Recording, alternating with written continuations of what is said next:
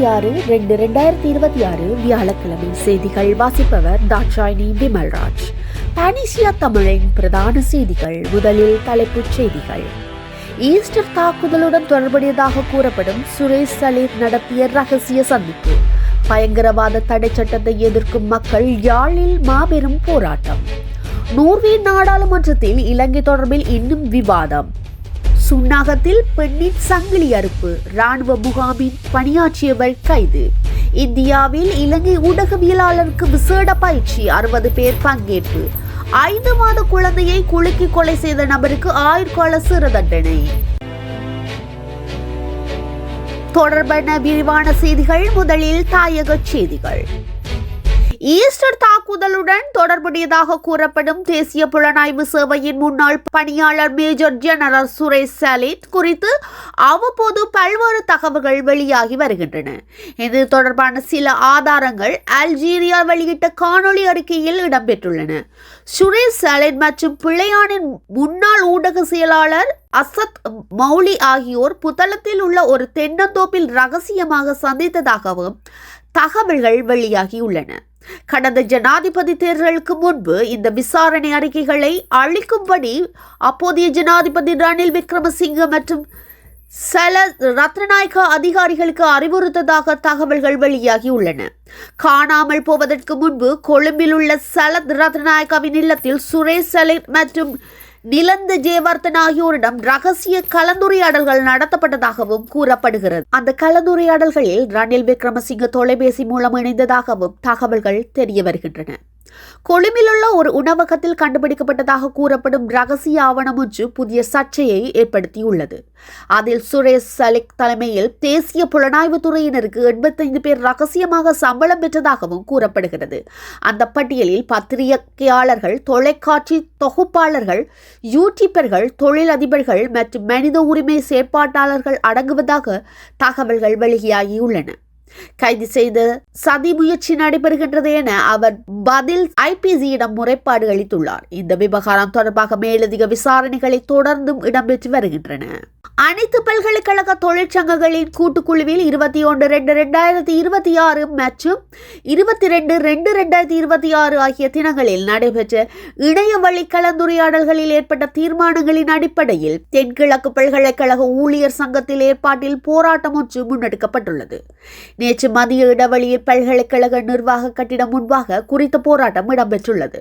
இந்த போராட்டத்துக்கு தென்கிழக்கு பல்கலைக்கழக ஊழியர் சங்கத்தின் தலைவர் CMA மொனாஸ் தலைமை வகித்ததுடன் சங்கத்தின் செயலாளர் MMM கமில் நெறிப்படுத்தி ஒழுங்குபடுத்தியுள்ளார்.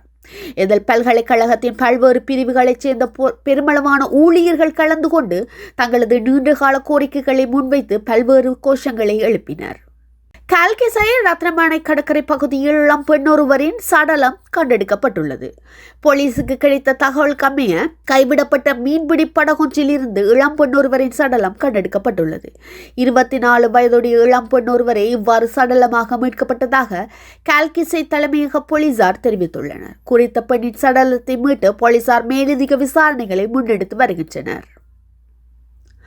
பழசு வேண்டாம் புதுசு வேண்டாம் எனும் தொனிப்பொருளில் பயங்கரவாத தடை சட்டத்தை முழுமையாக நீக்க கோரி யாழ்ப்பாணத்தில் மாபெரும் போராட்டங்கள் முன்னெடுக்கப்பட்டுள்ளது. இந்த போராட்டம் நாளை மதியம் சனிக்கிழமை இடம்பெற்றுள்ள நிலையில் அன்றைய தினம் காலை யாழ் பொது நூலகத்துக்கு முன்பாக ஆரம்பமாகியுள்ளது. அங்கிருந்து பேரணியாக செல்லும் போராட்டக்காரர்கள் வடக்கு மாகாண ஆளுநர் அலுவலகத்தை சென்றடைந்து தமது கோரிக்கைகளை முன்வைத்துள்ளதாக தெரிவிக்கப்படுகிறது. பொறுத்தவரை இந்த சட்டம் பழையதோ அல்லது புதியதோ, அதன் வடிவமைப்பு எதுவாக இருந்தாலும் அது தேவையற்றது. மக்களை பாதிக்கும் இத்தகைய கொடிய சட்டங்கள் முற்றாக ஒழிக்கப்பட வேண்டும் என்பதே எமது நிலைப்பாடு. அரசின் புதிய சட்ட முயற்சியை கண்டுபிடித்தும் நீதியை வலியுறுத்துமே இந்த போராட்டம் ஏற்பாடு செய்யப்பட்டுள்ளது என சுட்டிக்காட்டப்பட்டுள்ளன. இலங்கையில் அண்மையில் நடைபெற்று முடிந்த தேர்தல்களை தொடர்ந்து ஏற்படுத்தப்பட்ட அரசியல் மாற்றங்கள் மற்றும் முன்னேற்றங்கள் குறித்து நோர்வே நாடாளுமன்றத்தில் விவாதம் ஒன்று நடைபெற்றுள்ளது. நோர்வே தொழிலாளர் கட்சியைச் சேர்ந்த நாடாளுமன்ற உறுப்பினர் கம்சி குணவர்த்தன முன்வைத்துள்ள பிரேரணைக்கு அமைவாக இன்று இந்த விவாதம் இடம்பெற்றுள்ளது. இந்த விவாதத்தின் போது எழுப்பப்பட்ட கேள்விகளுக்கு நோர்வே வெளிவிவகார அமைச்சர் பதிலளித்துள்ளதாக தெரிவிக்கப்படுகிறது.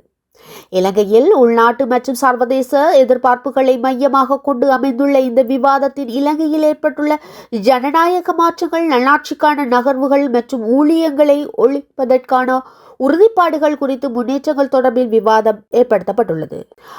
இனம் மற்றும் மத அடிப்படையில் சிறுபான்மை மக்கள் எதிர்கொள்ளும் சவால்கள் மற்றும் அவர்களின் உரிமைகள், நாட்டின் தற்போதைய மனித உரிமை நிலைமைகள், இராணுவ மையங்கள் தொடர்பான கவலைகள் மற்றும் பொறுப்புக்கூறல் சமரசம் ஆகிய விடயங்களை குறித்தும் பேசப்பட்டுள்ளதாக குறிப்பிடப்பட்டுள்ளது.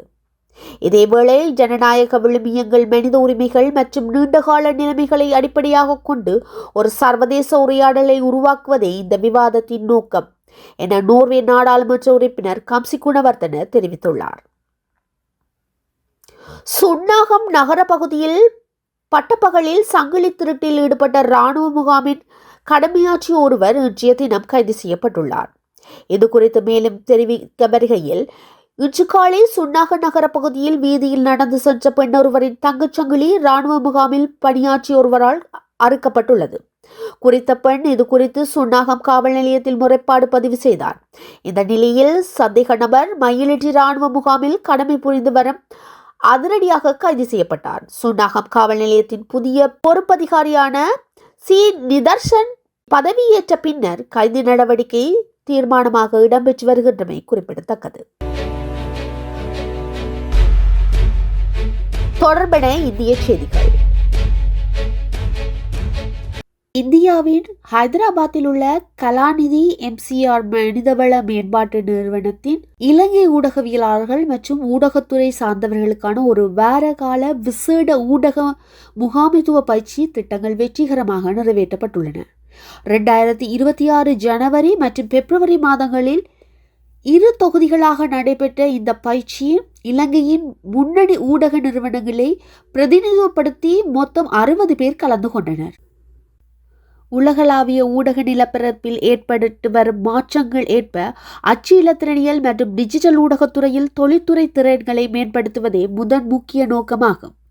இந்திய அரசாங்கத்தினால் ஏற்பாடு செய்யப்பட்ட இந்த பயிற்சி நெறியில் ஊடக தொழில்நுட்பத்தின் அண்மைக்கால வளர்ச்சி, செய்தியறை மாற்றம், ஆளுகைசார் தொடர்பாடல் மற்றும் அறநெறிசார் ஊடகவியல் குறித்து விரிவாக ஆராயப்பட்டது. குறிப்பாக செயற்கை நுண்ணறிவு, AI தரவு அடிப்படையிலான அறிக்கையிடல், போலி செய்தி மற்றும் பரபரப்புகளை எதிர்கொள்ளும் நெருக்கடி கால முகாமைத்துவ தொடர்பாடல் போன்ற சகல முக்கியத்துவம் வாய்ந்த விடயங்கள் தொடர்பிலும் நிபுணர்களால் பயிற்சிகள் வழங்கப்பட்டன.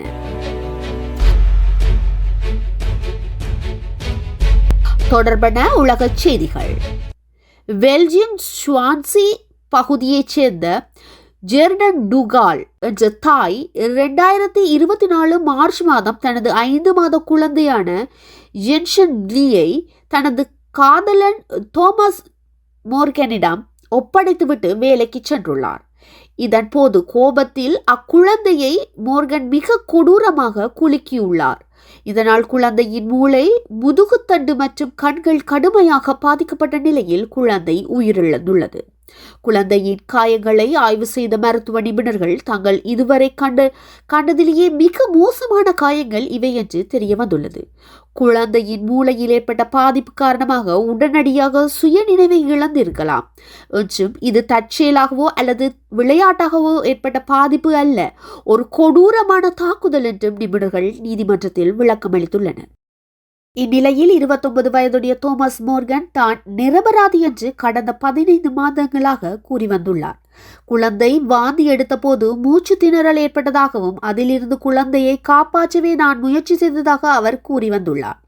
இதேவேளை குழந்தையின் இறுதிச் சடங்கிலும் அவர் கலந்து கொண்டார். ஆனால் 2025 ஜூலை மாதம் விரிவான மருத்துவ ஆதாரங்களின் அடிப்படையில் அவர் கைது செய்யப்பட்டுள்ளார். இதையடுத்து ஸ்வான்சி நீதிமன்றத்தில் நடைபெற்ற விசாரணையின் இறுதியில் மோர்கன் குற்றவாளி என நிரூபிக்கப்பட்டார். அவருக்கு ஆயுள் கால சிறை தண்டனை விதித்து நீதிபதி அவர் குறைந்தது 19 ஆண்டுகள் சிறையில் இருக்க வேண்டும் என உறுதிப்படுத்திவிட்டார். இத்துடன் பானிஷியா தமிழின் பிரதான செய்திகள் நிறைவு பெறுகிறது. செய்திகளை உடனுக்குடன் தெரிந்து கொள்ள பானிஷியா தமிழ் நியூஸ் வலையொலியை சப்ஸ்கிரைப் செய்யுங்கள். நேரலையில் www.panishiatamil.tv என்ற இணையதளம் வாயிலாக தொலைக்காட்சியையும் பார்வையிடலாம். நன்றி, வணக்கம்.